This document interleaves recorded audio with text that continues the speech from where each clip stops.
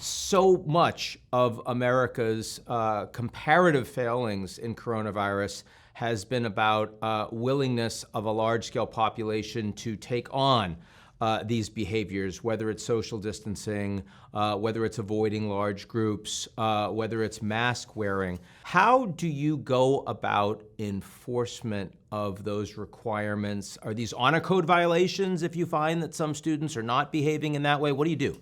Well, you're absolutely right, Ian. We all have to be in this together. We all have to be looking out for one another, and that goes for every member of our community, including our students. If there are any transgressions, our first focus is education, Ian. Reminding people, appealing to the better angels of their nature.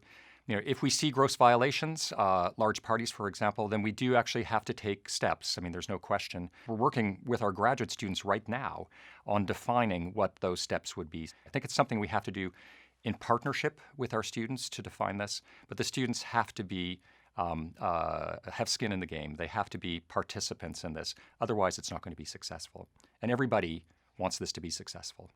When we get, God willing, to a vaccine that is FDA approved, that has some efficacy, and we want to get Stanford students all back to campus, can you envisage a situation where it would be mandatory for students to have to take that vaccine if they want to come back?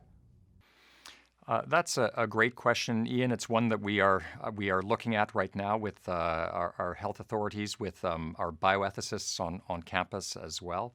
We know that most of our students, our faculty, our staff will avail themselves of that. Whether it should be mandatory is a question that I think is going to be a very important one to address in coming months.